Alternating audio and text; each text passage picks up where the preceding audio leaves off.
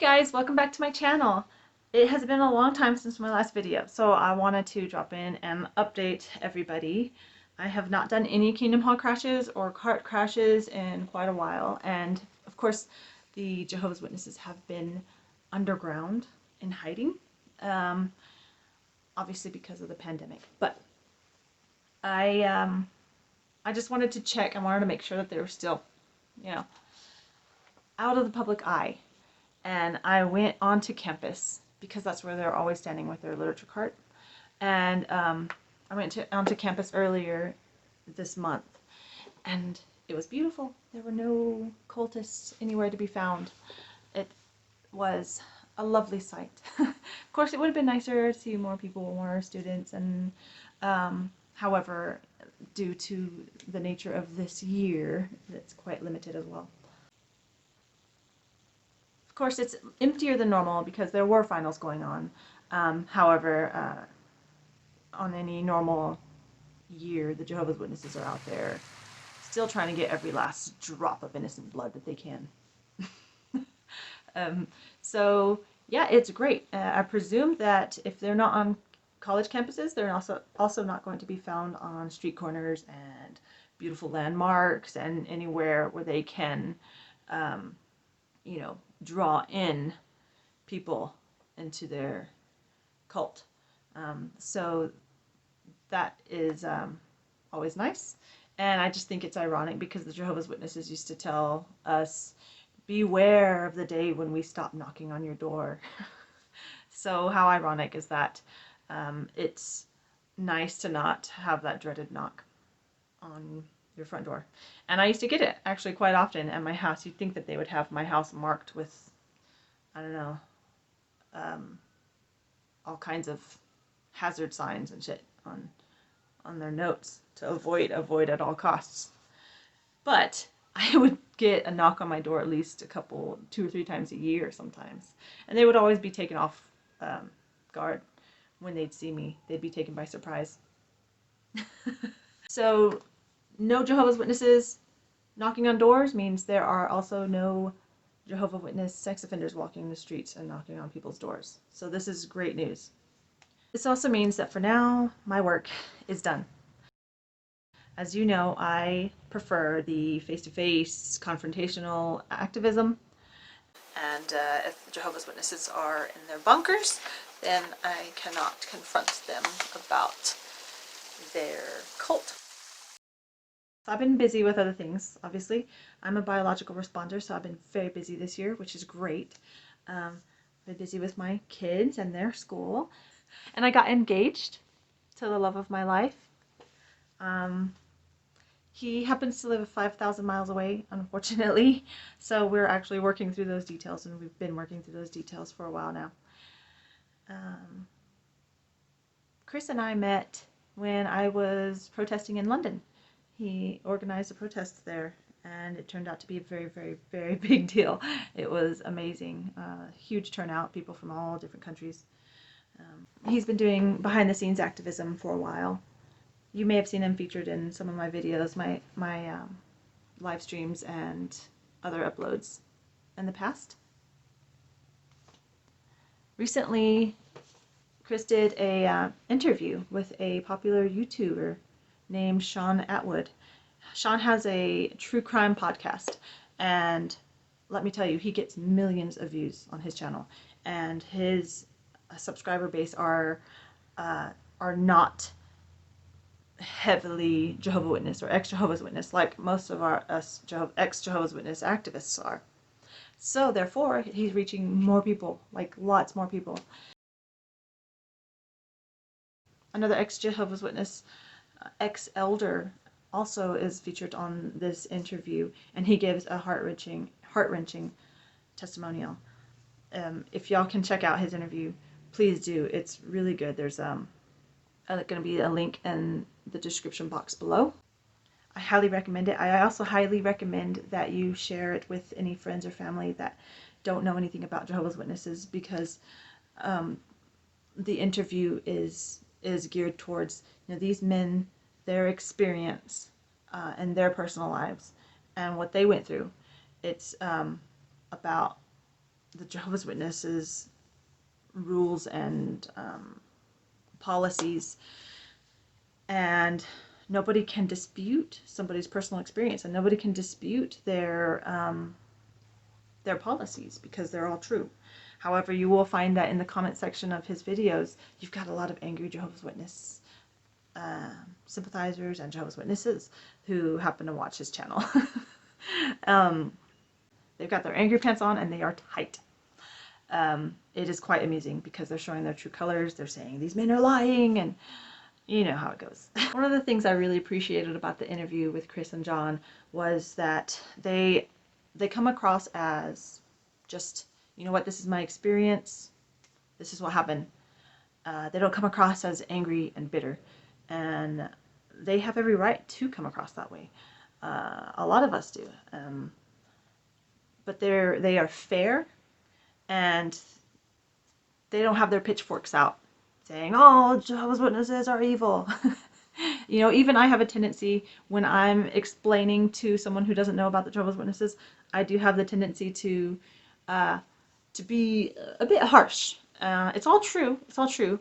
But to be fair, not all Jehovah's Witnesses are evil, horrible people. They're not. They're just, you know, they've just been misled. They're brainwashed. They close their eyes and ears to any truths or any negative opinions or facts or information about their cult. And see, I'm already doing it right now. So I really appreciate that in John and Chris's interview that they don't do that. And so it's an excellent video to send to people who you may know who don't know about Jehovah's Witnesses. That way they don't turn around and say, oh, well, just angry, bitter former members who, you know, it's just not true. So great interview. The original interview is a couple of hours long, definitely worth a watch. Sean did upload a couple of, or several smaller segments as well. I'm really proud of them for doing that interview and in the way they did it, because we have seen many people emailing them coming out of the woodwork saying, I have been studying with Jehovah's Witnesses, and after watching this interview, I've changed my mind. Or, yeah, you know, I've decided to stop. We've had people coming out saying, I had no idea there was this community out there, but there are other people just like me who've been through what I've been through. It's really difficult for ex-Jehovah's Witnesses to feel like they fit in society. So as for myself, I am happy to guard campuses, street corners, and anywhere that they may rear their ugly heads eventually. But for now, I have other things on my plate that I'm busy with.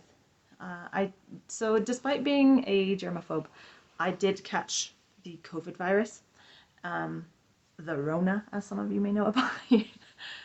And it I thought that I was healthy and that it wouldn't hit me too bad, but it did. It was very, very painful. I was in so much pain all over my body. My muscles ached.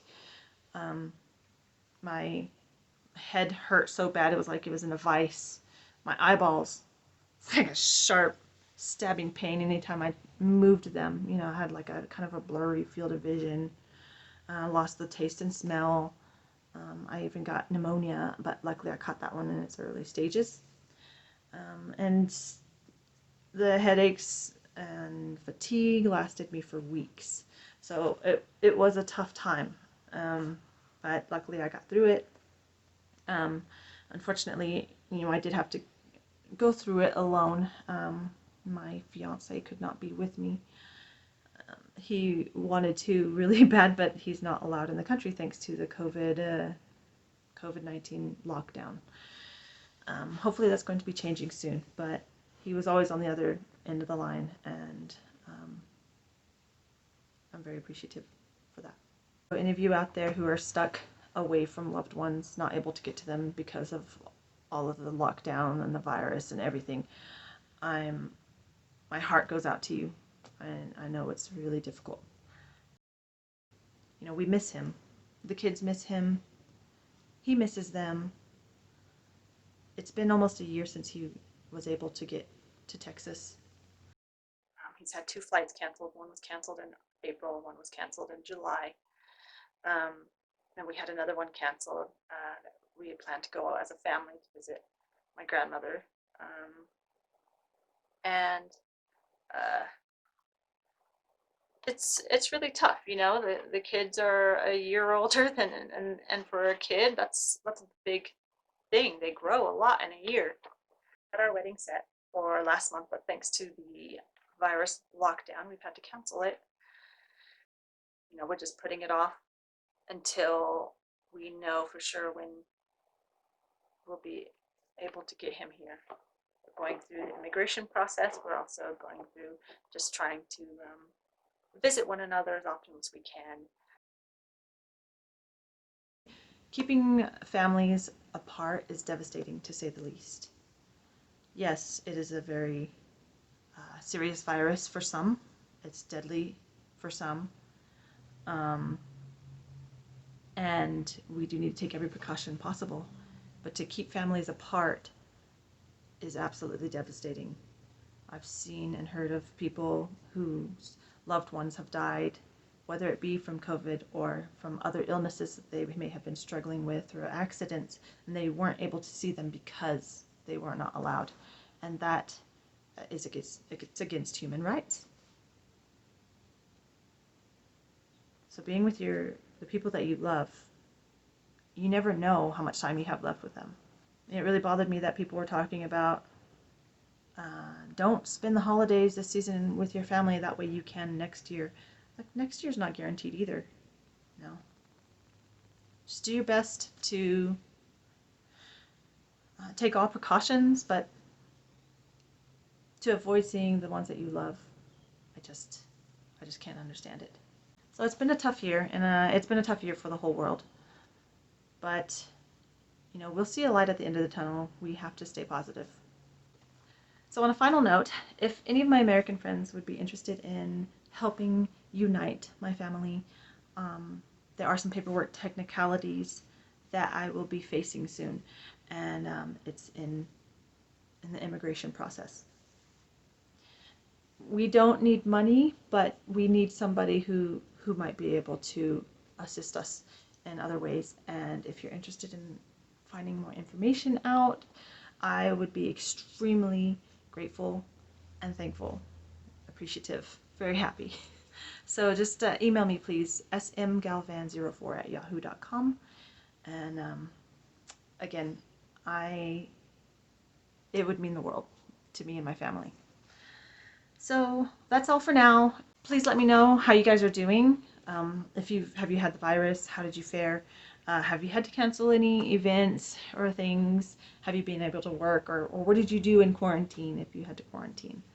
Have you been able to do any activism? There's lots of other activism opportunities online, letter writing, all those triggery things. There's other ways to reach people about the Jehovah's Witnesses.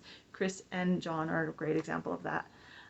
So yeah, if you've been able to talk to people about the J-Dubs, you let me know how it went. And until next time. And thank you guys so much for watching. Bye. Love y'all.